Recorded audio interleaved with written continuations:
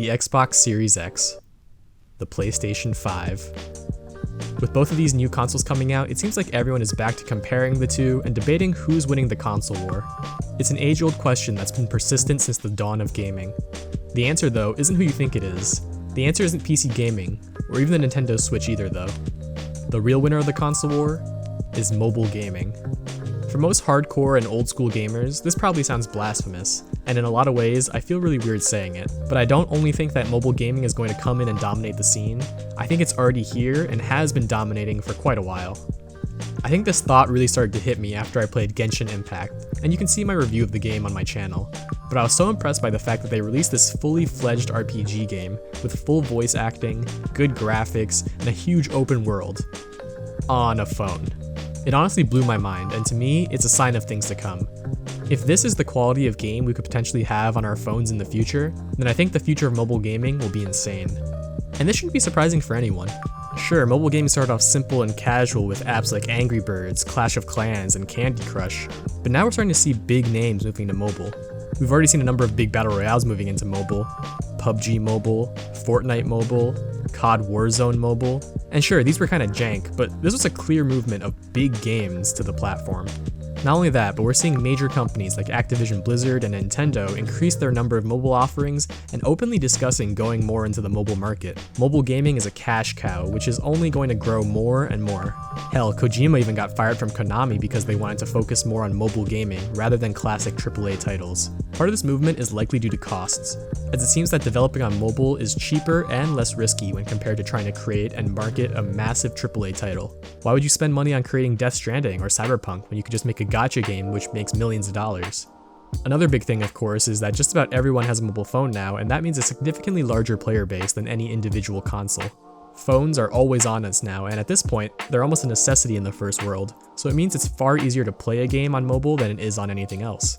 As a result, we're going to have a generation of kids whose first device might not have been any of the major consoles. Instead, we're going to have a bunch of kids growing up with smartphones and the games that they could play there because their parents couldn't actually be bothered to raise them. So I believe mobile gaming is only going to get bigger. As technology improves, I wouldn't be surprised if we start even seeing far more integration between smartphones and the major consoles for games. It'll start off with what we're seeing now, a bunch of small apps to help boost the game experience, but I wouldn't be surprised if in the future it actually moved to being able to stream and play games through a console or PC over to our phones. I say all of this basically to say, I believe mobile gaming is inevitable. Gone are the days that we could call these guys filthy casuals and make fun of the Karens spending thousands of dollars on Candy Crush. Mobile gaming is here, and it's already won.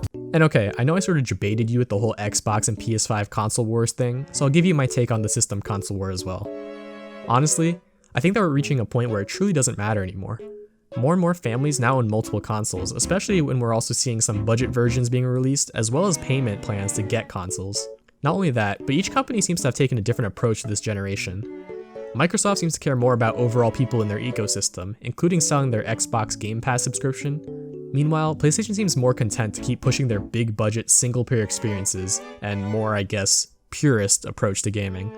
On the other hand, Nintendo seems to be content being the family-friendly console and occupying this weird space between mobile and console gaming. The Switch is still selling like hotcakes, and I'd be willing to bet a large chunk of PS5 and Xbox owners probably own the Switch as well. Meanwhile, PC gaming?